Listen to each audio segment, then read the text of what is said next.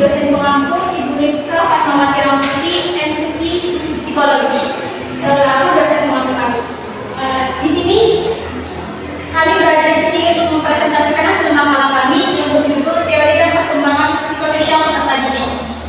Sebelumnya perkenalkan saya Dinda Madani selaku moderator dan presentator pertama, dan teman-teman saya Rizka Melati sebagai presentator kedua, saya Rudi Wardasari sebagai presentator ketiga, saya Maisara Masaribu sebagai pemateri terakhir. Baiklah, langsung saja kita mulai. Yang akan saya mulai. Yang pertama ada pengertian perkembangan psikososial peserta didik. Apa sih perkembangan psikososial peserta didik? Perkembangan psikososial peserta didik ini merupakan kematangan dalam hubungan sosial. Kematangan dalam hubungan sosial yang dimana di sini merupakan masa-masa saat kita memulai hubungan antara individu dengan individu yang lain, antara orang satu dengan orang yang lainnya, antara diri kita dengan orang lain. Ini merupakan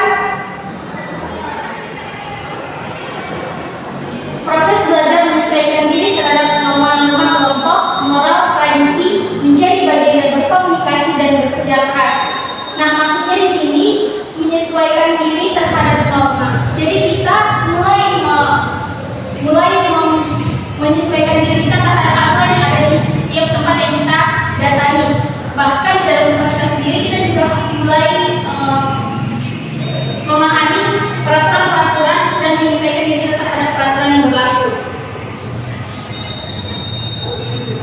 Selanjutnya ada interaksi sosial dimulai sejak bayi, terutama dengan ibu dan keluarga. Kita tahu sifat sosial kita ini dari lahir sebelumnya belum ada. Sifat sosial ini muncul saat kita berusia umur 6 bulan, di mana yang di sini dibutuhkan peran orang tua, terutama peran ibu dan ayah dalam mengenalkan yang namanya sosial atau berinteraksi dengan orang sekitar.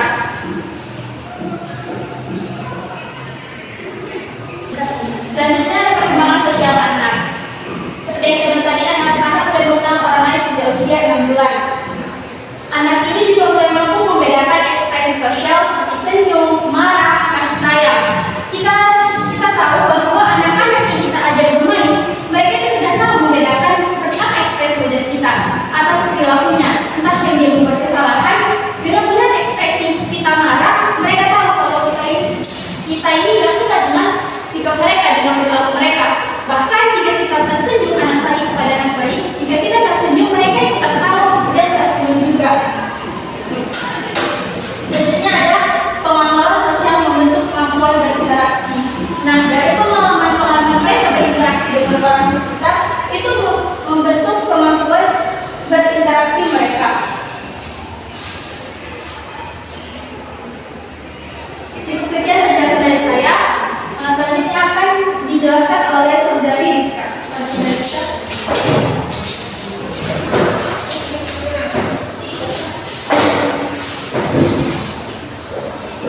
baik, terima kasih kepada moderator yang telah memberikan saya kesempatan untuk menjelaskan materi kedua, yaitu mengenai tahapan perkembangan psikososial menurut Erik Erikson. Nah, menurut Erik Erikson ada 8 tahapan perkembangan psikososial, yaitu yang pertama trust versus mistrust, yang dimana trust ataupun kepercayaan dan mistrust ataupun ketidakpercayaan itu adalah bermula sejak lahir sampai dengan 1 tahun.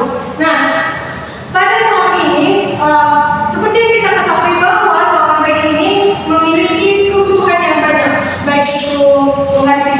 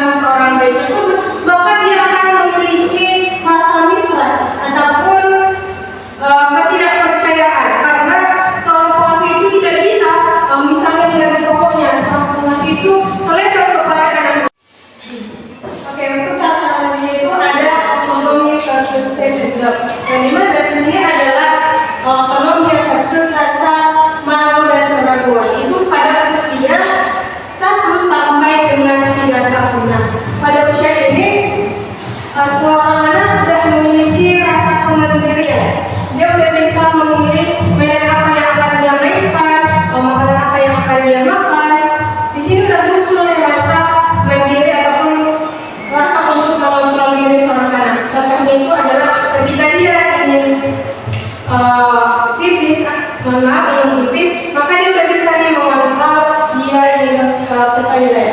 Nah, jika anak ini merasa gagal pada tahap ini, maka kita sebagai orang tua jangan memarahi anak tersebut karena dia gagal. Harusnya kita memberi dukungan kepada anak tersebut. Nah, selain itu ada tahap inisiatif versus goal. Dimana di sini adalah inisiatif versus rasa bersalah, yaitu pada usia 3 sampai 6 tahun. Nah, pada usia ini anak sudah mulai bisa membuat prakarya ataupun eksperimen atau percobaan sederhana.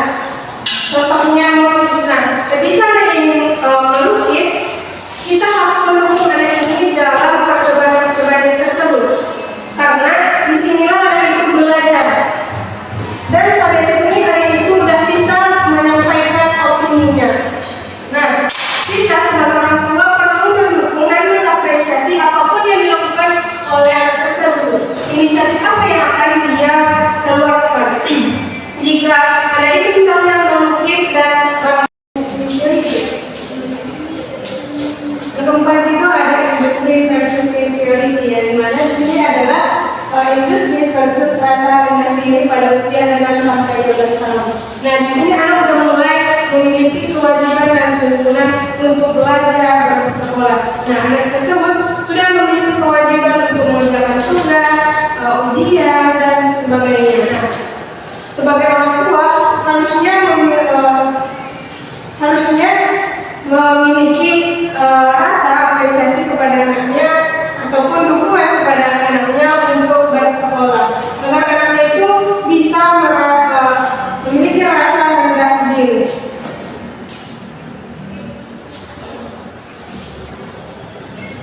Nah, untuk yang kelima itu adalah identity versus role. Yang lima, role confusion, yang dimana di sini adalah identitas.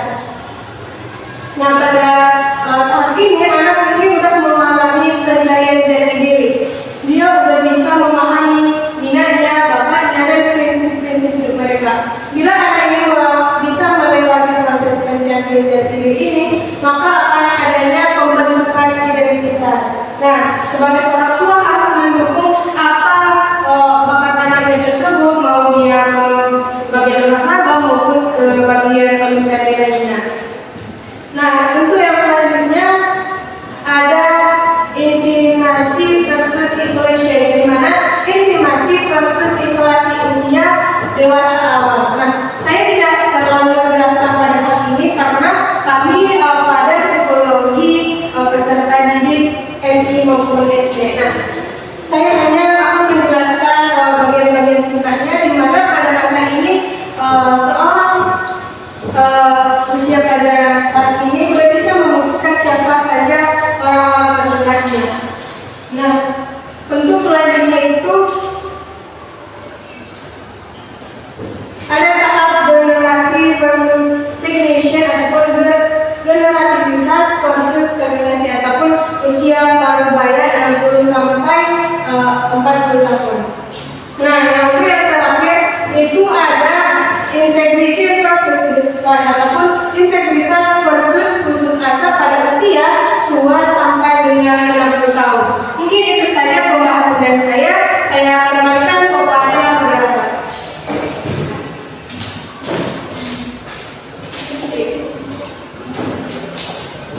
Terima kasih kepada saudari Rizka. Selanjutnya untuk materi ketiga akan dipresentasikan oleh saudari Huli.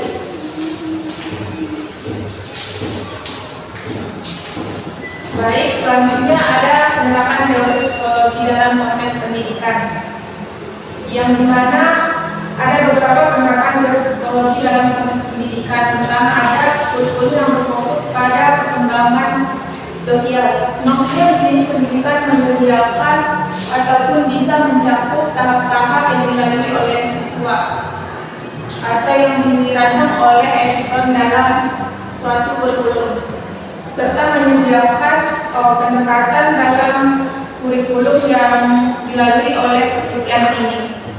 Yang kedua, ada pembentukan identitas dan pengembangan karakter. Pendidikan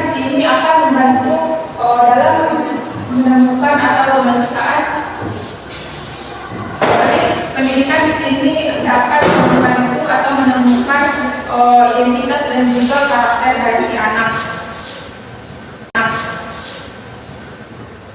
Dan yang ketiga ada lingkungan belajar yang kolaboratif.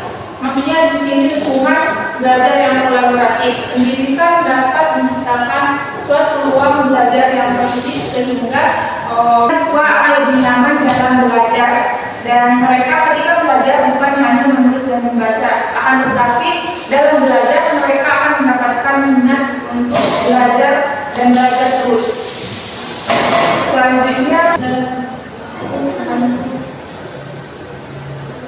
Selanjutnya pengajaran yang responsif terhadap kebutuhan individual.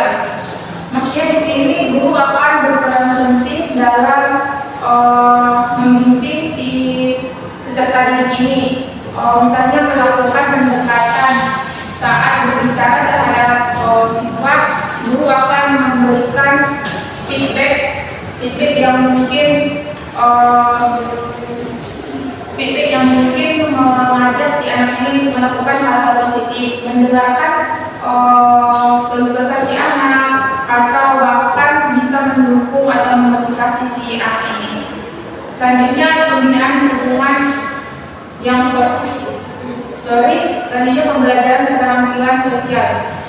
Maksudnya di sini adalah pendidikan dapat menyediakan pendidikan bisa menyediakan dukungan ataupun sarana terhadap si siswa ini, misalnya mendukung fasilitas atau bahkan memotivasi si siswa ini agar bisa menyampaikan apa yang mereka miliki.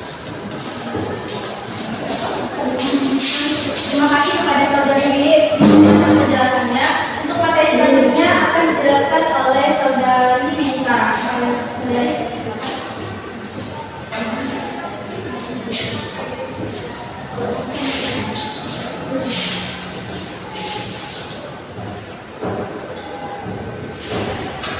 Baiklah, terima kasih kepada moderator. Di sini saya akan menjelaskan mengenai faktor-faktor yang mempengaruhi perkembangan psikososial anak.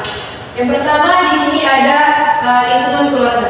Mengapa lingkungan keluarga? Karena lingkungan keluarga atau orang tua dan juga anggota keluarga yang lain sangat mempengaruhi psikososial anak, karena mereka harus memberikan fasilitas seperti gaya pengasuhan dan juga interaksi sosial yang baik kepada anak. Yang kedua ada interaksi teman sebaya. Interaksi dengan teman sebaya akan mempengaruhi psikososialnya, karena akan mempengaruhi bagaimana cara dia berkomunikasi dan bagaimana kualitas komunikasi yang dimiliki oleh anak. Yang ketiga ada lingkungan sekolah. Kenapa lingkungan sekolah? Dikarenakan lingkungan sekolah kan merupakan tempat bermain sekaligus tempat menempuh pendidikan bagi anak. Dan di mana anak akan memiliki interaksi sosial yang luas, di mana dia akan berinteraksi dengan teman dan juga guru di sekolah. Yang keempat ada media dan teknologi, di mana ketika orang tua mengawasi teknologi atau media anak dengan baik, itu akan memberikan dampak positif kepada dia. Jika orang tua tidak mengawasi penggunaan media dan teknologi anak, itu akan berdampak negatif pada perkembangan psikososial anak, di mana konten yang mereka konsumsi akan mempengaruhi persepsi mereka tentang diri mereka dan juga mempengaruhi mereka bagaimana berpandangan dengan lingkungan yang lain. Yang kelima ada kondisi sosial ekonomi, di mana kondisi sosial ekonomi ini sangat berpengaruh dalam perkembangan psikososial anak, di mana akan mempengaruhi kesempatannya untuk mendapatkan pendidikan dan juga interaksi sosial terhadap lingkungan sekitarnya.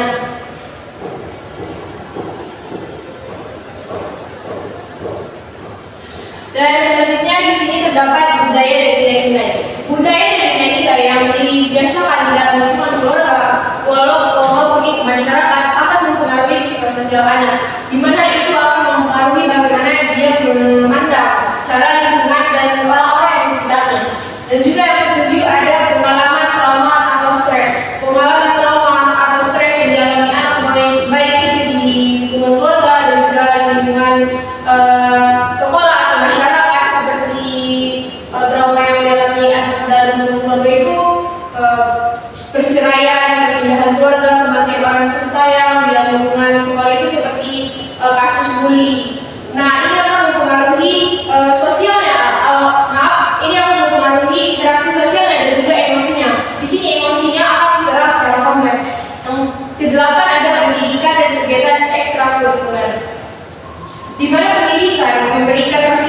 berupa ruang konsultasi dan juga kegiatan ekstrakurikuler akan membantu perkembangan psikososial anak, di mana dia sudah berinteraksi dengan juga teman sebaya, dibantu oleh kegiatan yang dilakukan di sekolah akan mempengaruhi perkembangan psikososialnya.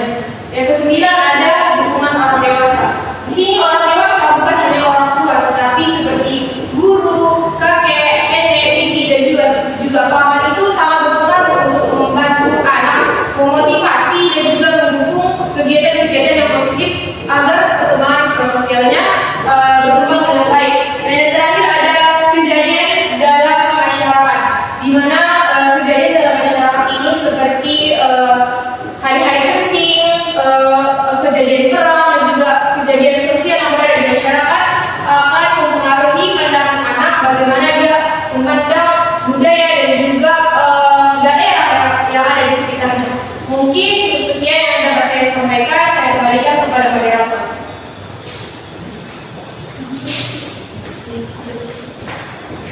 Terima kasih kepada saudari Maisara. Saya rasa cukup sekian penjelasan dari kami. Kurang lebihnya kami mohon maaf. Kami berharap penjelasan dari kami dapat diterima dengan baik dan dapat diamalkan dalam kehidupan sehari-harinya. Kepada kurang lebihnya kami maaf. Mohon ampun. Wassalamualaikum warahmatullahi wabarakatuh. Waalaikumsalam warahmatullahi wabarakatuh.